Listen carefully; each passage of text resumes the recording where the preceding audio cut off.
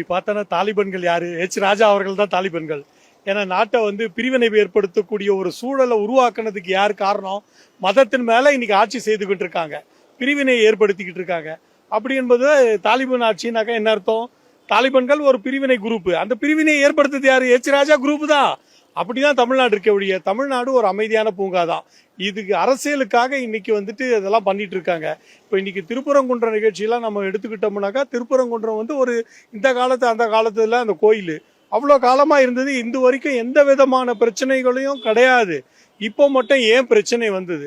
இப்போ பிரச்சனை வர்றதுக்கு காரணம் இவங்க இந்து மதம் இங்க தூக்கி பிடிக்க வந்துட்டாங்க தமிழ்நாட்டுக்குள்ள. அப்போ அதற்கு எதிர்ப்பதமா இன்னொரு மதத்தை சார்ந்தவங்க நாங்கன்றாங்க. இதை வைத்து ராஜா தாலிபன் சொல்றாரு. ஸோ தாலிபன் ஆட்சிகள்லாம் கிடையாது. மக்கள் உண்மையிலேயே சகோதரத்துவம், சமத்துவம், சமாதானத்துடன் வாழுகின்ற மக்கள் தான் இங்க. எல்லாரும் நண்பர்களாகவும் எல்லாம் ஒரு குடும்பத்தாரும் வாழ்கின்றார்கள். ஆனா தேவையில்லாம எவனோ ஒரு தனி மனிதர்கள் அவர்களுடைய பதவி வெறிக்காகவும் ஆட்சி அதிகாரத்திற்காகவும் இங்க செய்துகிட்டு இருக்காங்க. இதுதான் உண்மை. அதனால இங்க தாலிபான் ஆட்சியெல்லாம் இங்க வர்றதுக்கு வாய்ப்பு இல்லை, வராது, நிச்சயம் வர வைக்கவும் முடியாது.